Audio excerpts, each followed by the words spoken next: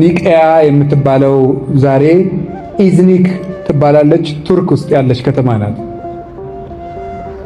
እዚያ ዓለም አቀፉ ጉባኤ የመጀመሪያው ጉባኤ ተጠራ።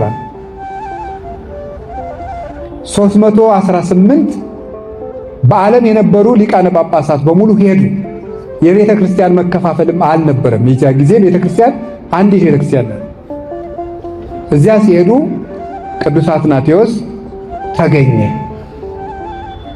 እነዚህን አርዮስ እነዚህን ክደቶች ሲያቀርብ ኢየሱስ ክርስቶስ ቀዳማዊ አይደለም ባለ ጊዜ ቀዳማዊነቱን ተንትነው አስረዱ። ቀዳሚው ቃል በመጀመሪያ ቃል ነበር የሚለውን ዮሐንስ ወንጌል ምዕራፍ 1 ቁጥር 1 ያለውን መሰረት እያደረጉ ቃል በመጀመሪያ ነበር ስለሚል ከቃል ተለይቶ የሚኖር ልብ የለም፣ ከልብ ተለይቶ የሚኖር ቃል የለም። ወልድም ከአባቱ ተለይቶ አልኖረም። ወልድ የአብ ቃል ነው። ልብ ያለ ቃል እንደማይኖር አብም ያለ ቃል አልኖረም። ስለዚህ ወልድ በአብ ልብነት የነበረ ቀዳማዊ ቃል ነው አሉት።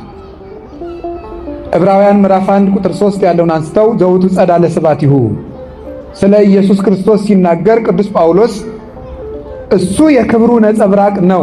ሃይማኖታችሁን በደንብ ስሙ። እናንተም መማር አለባችሁ። አንዳንድ ጊዜ እግዚአብሔር ያበላል ያጠጣል የሚል ስብከት ብቻ አይደለም መስማት ያለባችሁ፣ መሰረታችሁንም ማወቅ አለባችሁ። ሃይማኖት ሲነገር እንቅልፍ መተኛት፣ እግዚአብሔር ጤና ይሰጣል እንጀራ ያበላል ሲሏችሁ እልል ማለት ይሄ ነውር ነው። በደንብ አድርጋችሁ ማወቅ አለባችሁ ሃይማኖታችሁን። ኢየሱስ ክርስቶስ ቀዳማዊ ቃል ነው። ቃል ነው። ቃል ደግሞ ሥጋ ሆኗል። ቃል ደግሞ እግዚአብሔር ነው። ቃል በልብ እንደሚኖር ወልድ በአብ ኖሯል። ከአብ ተለይቶ የኖረበት ዘመን የለም። የወለዱ አብ እምድኅረ ዘመን አብ ኑሮ የወለደው አይደለም። አልወቱ ጥንት መጀመሪያ አልነበረውም። እሱ ቀዳማዊ ነው።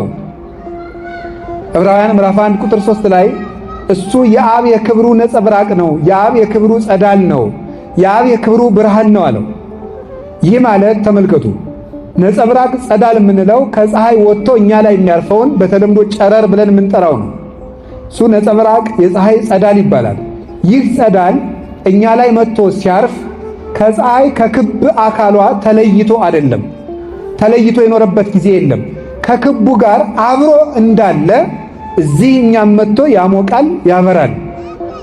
እንደዚህም ሁሉ ወልድ የአብ ብርሃን ነው፣ የአብ ጸዳል ነው ማለት ጸዳል ወይም ነጸብራቅ ከፀሐይ ክበብ ሳይለይ እንደኖረ ወልድም ከአባቱ ሳይለይ የኖረ ነው። ወልድ ያለዚያ ጸዳል አብ ብቻውን አልነበረም። አብ ማለት አባት ማለት ነው። አባት የአብ ደግሞ አብነቱ ቀድሞ የነበረ ነው። ወልድን ኑሮ ወለደው ካልን ግን አብም አብ የሆነ ኖሮ ነው ማለት ነው። ምክንያቱም ያለ ልጅ አባት የሚባል የለምና። ስለዚህ ክርስቶስ ዓለማት ሳይፈጠሩ በአብ ክብር የነበረ ነው። እሱም ከአባቱ ጋር አንድ ነው። ኩሉ ዘቦላቡ የዚአየ ውእቱ ዮሐንስ ወንጌል ምዕራፍ 16 ቁጥር 15 ላይ ለአባቴ የሆነው ሁሉ የኔ ነው ብሏል።